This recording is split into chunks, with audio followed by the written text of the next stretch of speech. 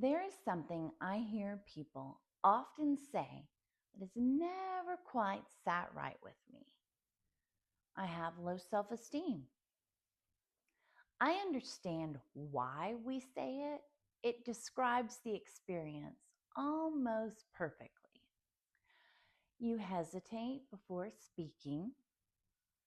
You assume you've got something wrong. Someone compliments you, and your first instinct is to explain why they must be mistaken. You leave a conversation and spend the next 3 hours cross examining every sentence you said. It feels like the problem is your opinion of yourself. I'm not convinced that is what's happening. I think low self esteem is often the name we give to the aftermath of something much older. Think about the person you were before you knew how to monitor yourself, before you scanned every room to figure out who you needed to be, before your body learned that acceptance could disappear. Children do not begin life wondering whether they are worthy. They begin life assuming that they belong. They laugh too loudly. They ask impossible questions. They interrupt. They cry when they are hurt. They do not negotiate with their own existence. Then, somewhere along the way, something changes. Sometimes it's obvious, sometimes it isn't. Maybe your feelings were inconvenient. Maybe love became warmer when you were useful. Maybe the room became quieter when you stayed small. Maybe the adults around you never actually said, "Don't be yourself." They didn't have to. Children are extraordinary observers. They study facial expressions the way scientists study data. They notice who gets affection, who gets ignored, which emotions bring closeness, and which ones create distance. Long before a child can explain their environment, they are already reorganizing themselves to survive inside it. That's the part I think we underestimate. The adaptations did not begin as personality. They began as intelligence, incredible intelligence. A child who grows up with unpredictable anger becomes exquisitely perceptive. A child who never knows when the emotional weather will change learns to read microscopic shifts in someone's face before a single word is spoken. Years later, everyone tells them they are incredibly intuitive. Maybe they are, but maybe what you're calling intuition began as vigilance. A child whose needs were repeatedly dismissed often becomes astonishingly independent. People admire how capable they are, how little they ask of anyone. No one notices that somewhere along the way, they stopped believing support would actually come. A child praised for achievement learns that excellence keeps relationships stable. They become exceptional. From the outside, it looks like ambition. Inside, it feels like the quiet terror of becoming ordinary. Do you see what I'm pointing toward? The qualities that receive applause in adulthood are sometimes the very adaptations that cost us ourselves. Not always, but often enough that it's worth asking the question. Instead of asking, what's wrong with my confidence? What's wrong with my self-esteem? What if we asked, what conditions required me to become this version of myself? That question changes a lot. Because now we are no longer trying to repair a defective human being. We are becoming curious about an extraordinarily intelligent one. Your mind did not invent these strategies because it was weak. Your whole being was attempting to preserve attachment, belonging, and connection in whatever ways were available. That is not pathology. That's brilliance. The tragedy is that what protects you at 8 years old can quietly imprison you at 48. The strategy remains long after the danger has disappeared. Your body no longer knows the difference. So you continue apologizing before you've done anything wrong. You continue explaining yourself to people who never asked for an explanation.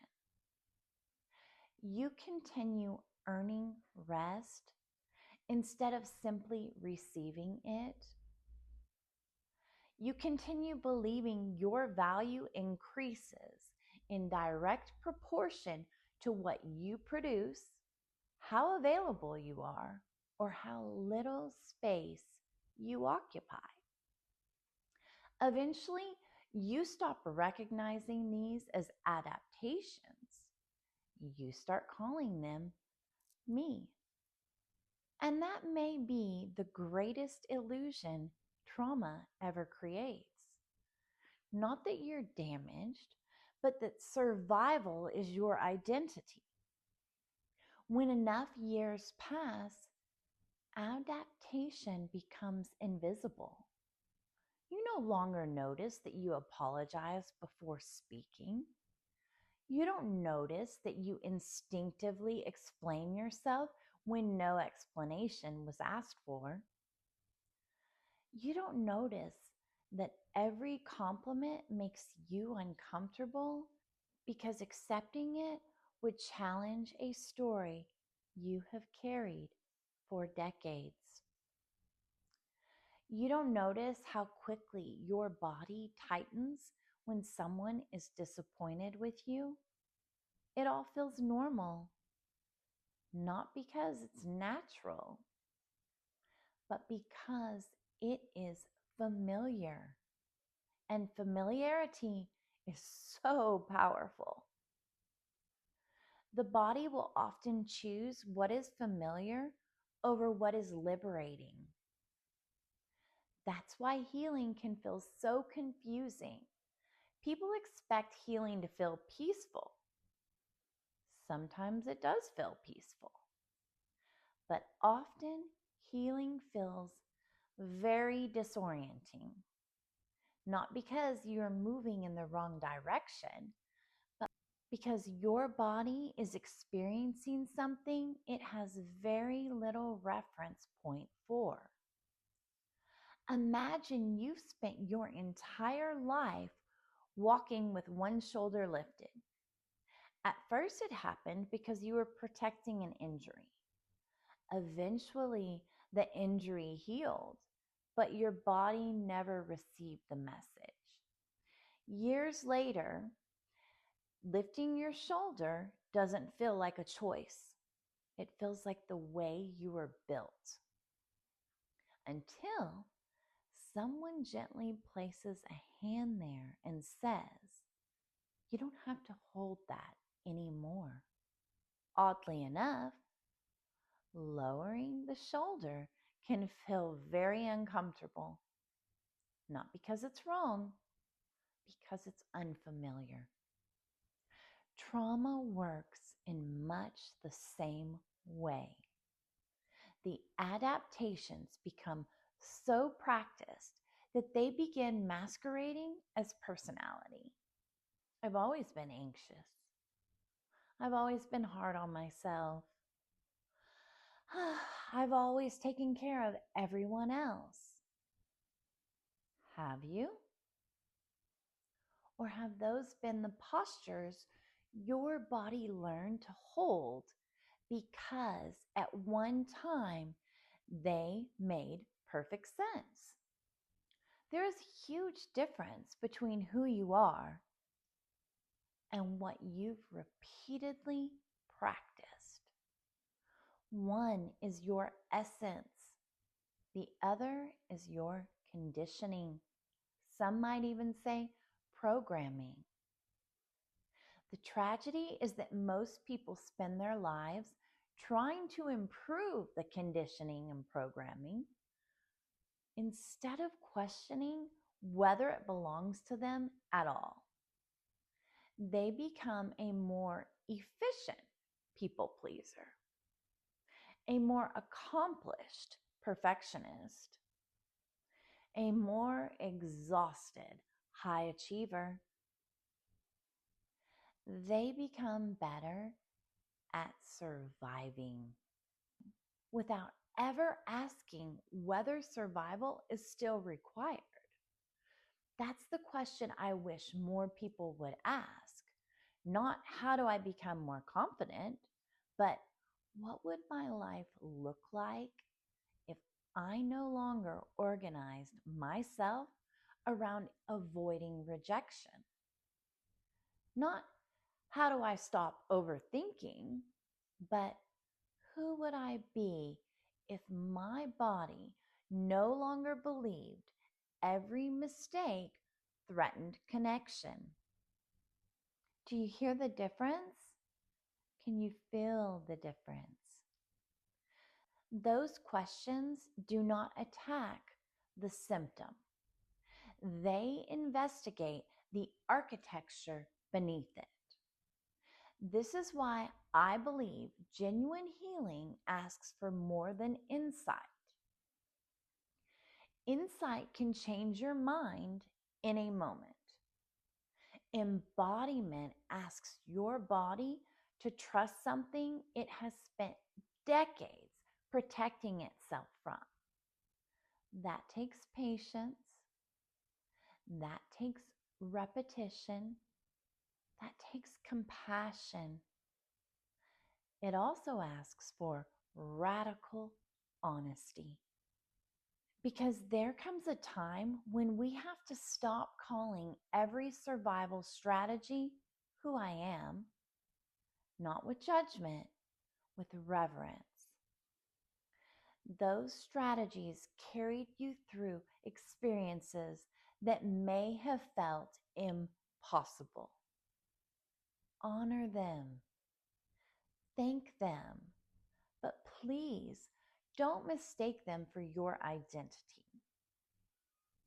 There is a quieter part of you beneath all of that effort. Not louder, not more impressive, simply more true. The goal is not to become fearless, it's to become less organized around the fear. The goal isn't to stop caring what anyone thinks, it's to stop abandoning yourself in order to secure belonging. The goal is not perfection, it is presence.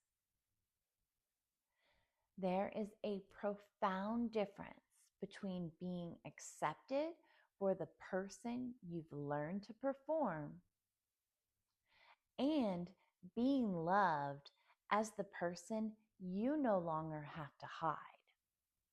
One is fleeting, one is infinite. That's the life I want for you. Not a life where every wound magically disappears, not a life where discomfort never visits, a life where your body no longer believes it has to negotiate away pieces of itself just to deserve connection. If today's conversation stirred something in you, don't rush past it. Sit with it. Notice what came alive in your body while you were listening. What sentence made you most uncomfortable? What truth resonated? What felt strangely familiar? These moments are worth your attention, and I'd love to hear from you in the comments. What adaptation have you mistaken for your personality? Maybe it's perfectionism.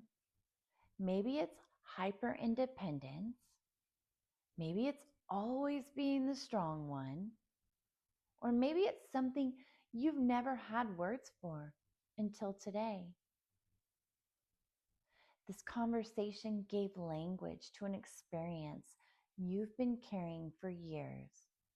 Subscribe and join me here. This season isn't about collecting more information. It's about seeing yourself so clearly that you can no longer confuse your survival strategies with your identity. Because once you can see the difference, you can begin making very different choices. And different choices practiced with enough honesty and enough compassion become a completely different life.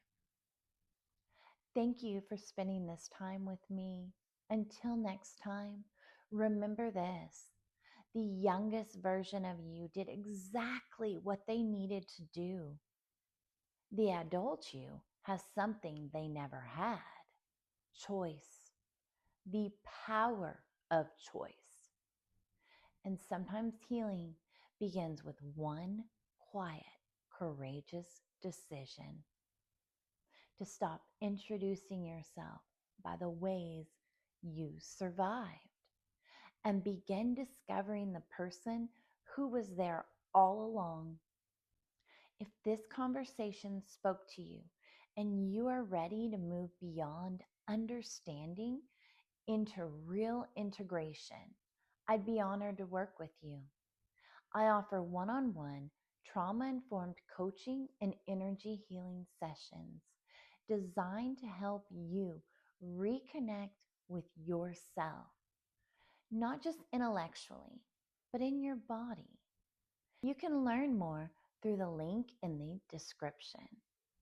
I'd love to walk that journey with you. Until next time, namaste.